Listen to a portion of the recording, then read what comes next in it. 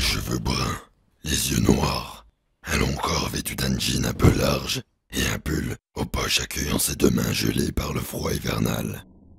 Voilà à quoi ressemble Mathieu, le nouveau locataire qui aménage dans l'appartement numéro 17. Malgré de nombreux allers-retours, Mathieu ne fait pas attention aux autres appartements. Penser au sien est déjà suffisant. Les cartons posés, il s'installe avec ses amis au fond du canapé, bière à la main, pour bénir son nouveau foyer. La soirée fut longue. La musique au plus haut volume montre qu'il se soucie peu de ses voisins. Le nombre d'objets à peine déballés et qui sont déjà brisés et dispersés sur le parquet signifie qu'il n'est pas matérialiste. Les liquides coulant du papier peint et absorbés par la moquette indiquent qu'il n'est pas inquiété par les conséquences.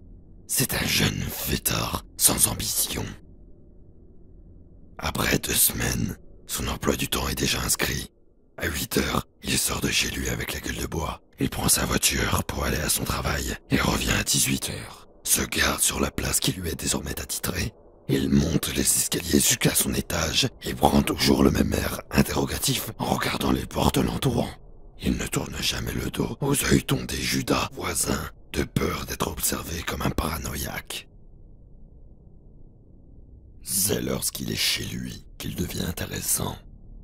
Sa passion est la peinture, et peu de gens peuvent égaler son talent. Mais ensuite, il divague. L'alcool pervertit son âme d'artiste. Il titube dans son salon, et parfois dans ses chutes, il emporte des chefs-d'œuvre qui se détruisent sous son poids. Les lendemains de soirée passés à boire, il ressent le plus souvent des fourmillements lorsqu'il se lève du carrelage qui lui a servi de matelas. Il s'étend et bâille jusqu'à sentir son dos craquer. Ensuite, il répare les dégâts. Ce matin-là, il se remet en question. S'enivrer jusqu'au coma ne le dérangeait pas, mais perdre la mémoire est une autre histoire. Comment aurait-il pu cacher sa peinture d'un coup de marqueur sans s'en rendre compte? Et l'idée d'inscrire son propre nom sur la toile n'est pas banale lorsqu'il recouvre la totalité du portrait. Le rythme de sa vie reprend de plus belle. Travail, art, alcool, les maîtres mots de son quotidien, un cycle d'une existence miteuse. Le samedi suivant, il tombe de fatigue après 2 verres de whisky. La télé reste allumée alors qu'il plonge petit à petit dans ses rêves. Dans sa tête résonne la voix de la présentatrice. Sans y prêter attention, la voix l'aide à l'apaiser, puis le berce pour l'endormir. Il se réveille. Il regarde l'écran de la télévision qui indique 3 heures du matin.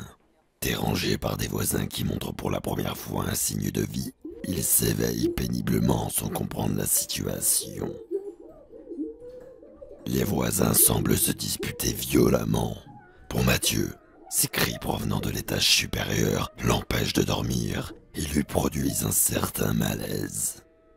Il préfère penser à la consommation de la télé restée allumée. Il essaie de se donner courage pour aller l'éteindre. Mais quelque chose d'énorme percute le sol de l'appartement d'en haut. Il se lève de surprise du canapé. Des meubles sont envoyés violemment au sol, provoquant des vibrations et des bruits assourdissants jusqu'à couvrir le son de la télévision. Il doit se demander si l'engueulade est une revanche sur le tapage permanent qu'il produit. Entre les fêtes, la musique et la télévision en marche toute la nuit, des réactions de colère étaient prévisibles. Terrorisé par les chocs, il se précipite sur les interrupteurs pour allumer toutes les lumières. À chaque coup, il se décroche des plaques de plâtre du plafond. Les hurlements ne s'arrêtent pas et ils paraissent de plus en plus morbides. Mathieu n'en peut plus et se décide à aller voir les acteurs du vacarme. Il ouvre silencieusement sa porte d'entrée. Le couloir est plongé dans l'obscurité la plus totale. Il tapote de la main les murs à la recherche de l'interrupteur. Lorsqu'il le trouve, il l'actionne plusieurs fois sans que rien ne se passe. Doit-il gravir les marches dans le noir? Évidemment, la peur l'en empêche. Il tourne les talons comme un lâche et referme la porte en s'assurant de bien déclencher le verrou. L'agitation s'estompe et le silence revient. Perturbé mais fatigué, Mathieu termine sa nuit sans gêne. D'ailleurs, le sommeil fut tellement profond que la mélodie de son réveil n'a pas pu le faire se lever à temps pour son travail. La bouche pâteuse et les cernes marquées, il se rend compte de son retard. Il met les vêtements qui lui passent sous la main, puis quitte l'appartement en prenant soin de bien fermer la porte à clé. Dans son empressement, il n'a pas remarqué qu'une tasse à café chaude était placée sur la table. Son retour excède les 20 heures. Il a dû rattraper son temps de travail perdu. Il extirpe du coffre de voiture une caisse en plastique. Il pénètre chez lui avec les bras encombrés, puis il dépose la caisse au sol. S'en échappe alors un petit chien, à peine plus gros qu'un chat. La truffe déjà en action, l'animal balaye les pièces en reconnaissance des lieux. Le soir arrive, et Mathieu n'a pas touché à un seul verre d'alcool. Il est trop occupé à fabriquer une niche et à préparer un bol de nourriture pour son animal de compagnie. Il se couche avec son compagnon au pied du lit. Le chien a les oreilles dressées, attentif au moindre bruit. Pour un chien de garde, cet agissement n'est pas suspect. Cependant, les aboiements répétés dans la nuit ne sont pas naturels. L'animal est face au mur lorsqu'il lui prend de réveiller son maître et peut-être le voisinage au passage. C'est comme si il avait détecté quelqu'un derrière la paroi. Le jour se lève et pour une fois, Mathieu n'a pas la gueule de bois et se sent réactif. Par exemple, lorsqu'il sort des draps, il remarque que le chien n'est plus dans la chambre. Il l'appelle par son nom, mais n'a aucune réponse en retour. Il retourne toutes ses affaires sans qu'il puisse mettre la main dessus. Après une heure de recherche, il en déduit que l'animal s'est volatilisé sans explication. Il doit partir, et se dit donc que le chien sortira de sa cachette dans l'après-midi. Les heures passent, et le voilà de nouveau garé sur sa place. Il ouvre les portes de l'immeuble et avance dans les couloirs sombres et mystérieux. Les phénomènes anormaux ont l'air d'être de plus en plus fréquents. Cette fois, il entend des pas rapides provenant des étages. L'écho ne permet pas de localiser la provenance des sons. Mais peu importe, Mathieu va peut-être rencontrer un de ses insaisissables voisins. Plus il s'approche du bruit, et plus il ressent une sensation gênante. Il croit distinguer le son de la bile, traversant la gorge et venant impacter le sol. Un haut le cœur le prend juste en y pensant. Ensuite, il faudra réconforter le malade, le réchauffer, le nourrir. Lorsqu'il s'apprête à voir un dégoûtant mets joncher le carrelage du couloir, plus rien, ni trace, ni personne. L'inquiétude commence à s'implanter en lui. Qui sont ses voisins? Il se dirige vers une porte au hasard avec pour excuse de faire connaissance ou de demander une brique de lait de dépannage. Il sonne. Aucune réponse. Il essaie avec les autres appartements, mais le résultat reste négatif. Pour lui, cette idée de ne voir personne, mais d'entendre des cris et des bruits correspond au paranormal. Il est dans un bâtiment hanté. Il se précipite chez lui, sans tourner le dos aux portes voisines, et referme le verrou en gardant son oreille attentive. Il se couche sur le lit avec un air pensif. Les yeux fixés sur le plafond, il se remémore quelques événements. Les cris des voisins, la tasse à café préparée sur la table, le chien disparu, et la toile cachée par une écriture qui n'est pas la sienne. Pour lui, ce n'est plus de la suspicion, mais des faits bel et bien authentiques. D'ordinaire, Mathieu ne supporte pas de rester dans un environnement silencieux. La télévision et la musique l'en empêchent. Seulement, aujourd'hui n'est pas un jour comme les autres. Il pivote la tête en direction d'une brèche au coin du mur. Il s'assit sur le matelas, toujours concentré sur le même point. Il pose pose son pied avec une discrétion de chat et marche en suivant le tracé de son regard. Il colle son oreille au mur et entend des murmures, comme si l'on chuchotait à son oreille. Il fuit de sa chambre avec une angoisse de plus en plus forte. Il se réfugie dans le salon, puis il fait les 100 pas avec une peur encore jamais ressentie. Maintenant, les murs tremblent, comme frappés par des paumes de main.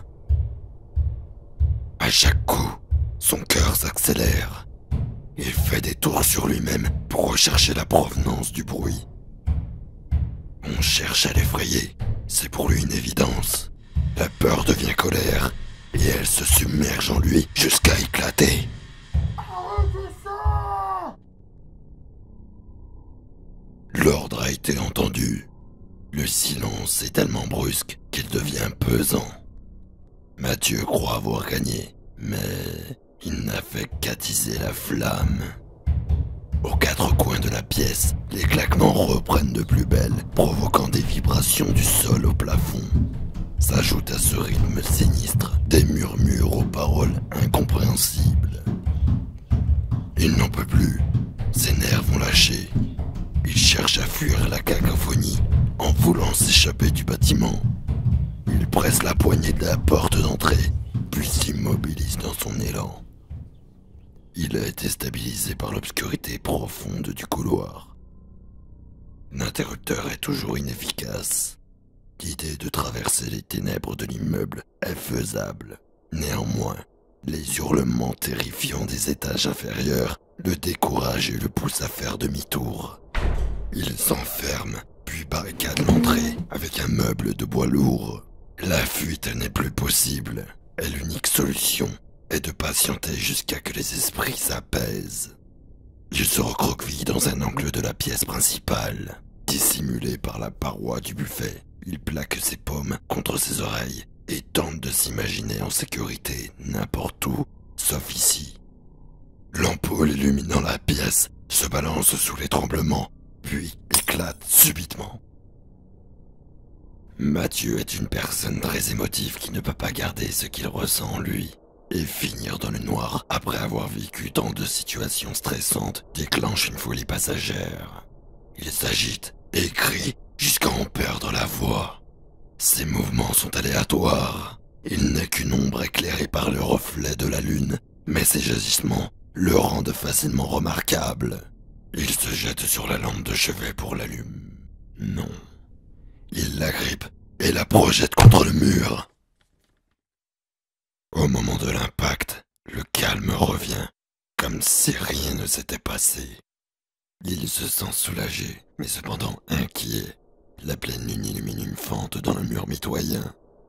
La céramique de la lampe ne s'est pas brisée, mais a percé la cloison comme une feuille de papier. Mathieu s'approche du trou avec méfiance et s'aperçoit que le papier peint s'est directement déchiré, laissant un lambeau dépassé.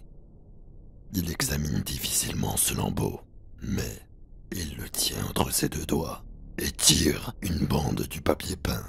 Il comprend que le plâtre d'une cloison ordinaire a été remplacé par des planches de bois clouées entre elles sans y connaître la raison.